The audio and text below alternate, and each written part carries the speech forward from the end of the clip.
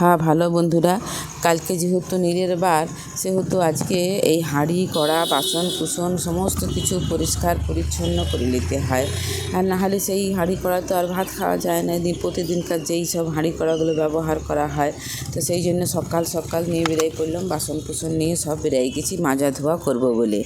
আর এদিকে দেখো, এই যে উঠানটাতে তো প্রত্যেক দিনই ঝাড় দিতে হয়, নাহলে এত পাতা পড়ে যে কী বলবো। তো আমার ঘর মোছা ঝাড় দেওয়া আর এই উঠোন ঝাঁটানোটাও আমার প্রায় পুরাই কমপ্লিট করে নিয়েছি।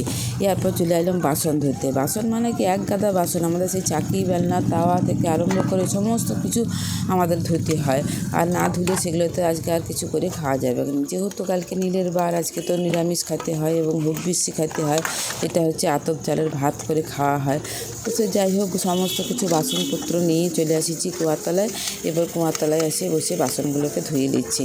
আর অনেকগুলো বাসন, সেই বাসন ধুতেও অনেক কোনো সময় লাগে, তা করার তো কিছু নাই।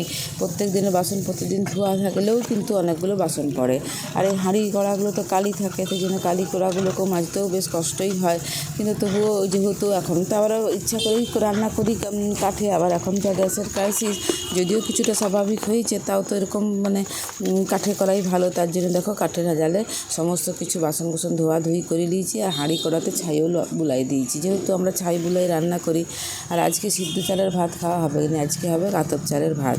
তো আমাদের ঘরেরই চাষের মধুমালতী, যেটা পায়েস করা হয় আর কি, যেটাকে অনেকে দানা গুঁড়িও বলে, আবার অনেকে অনেক রকম নামও ডাকা যায় আর কি, যেটা পায়েস হয় আর কি। সেই চালটা তো আমাদের ঘরে থাকেই, যেহেতু আমাদের চাষ হয় সেই চালটার। তো সেই চালগুলোকে নিয়ে নিলাম, নিয়ে অনেক দিনের তো ভাঙানো থাকে, তো একটুখানি পাছুড়ে পরিষ্কার করে নিয়ে, আর এই যে যতটা পরিমাণ লাগবে কেমন ততটা নিয়ে নিলাম। আর দেখো চালগুলো দেখতে পেয়েছে, দেখো এইগুলোতে আমাদের পায়েস খাওয়া হয়। আর এইগুলোরই ভাত করব আজকে, খেতেও কিন্তু খুব সুস্বাদুই লাগে। তো যাই হোক, সমস্ত কিছু কাজ সারিয়ে স্নান টান করে চলে এসেছি এবার রান্না করে দিতে। যেহেতু নিরামিষ, সেহেতু আজকে তো মুগ ডাল হবে। তো আজকে দেখো প্রথমেই মুগ ডালটাকে তৈরি করে নিলাম, এরপরে এক এক করে সমস্ত রান্না করব। আজকে করব একটুখানি শুক্তা। তো তার জন্য দেখো ঘরের তৈরি বড়িগুলোকে খুব ভালো করে ভাজিয়ে দিয়েছি। যদি ভালো করে ভাজা না হয় একটা কেমন গন্ধ থাকে, আবার দেখবে বেশি কড়া করে ভাজলেও কিন্তু স্বাদ থাকে না। এরপর করলা উচ্ছাগুলোকেও ভাজিয়ে দিয়েছি।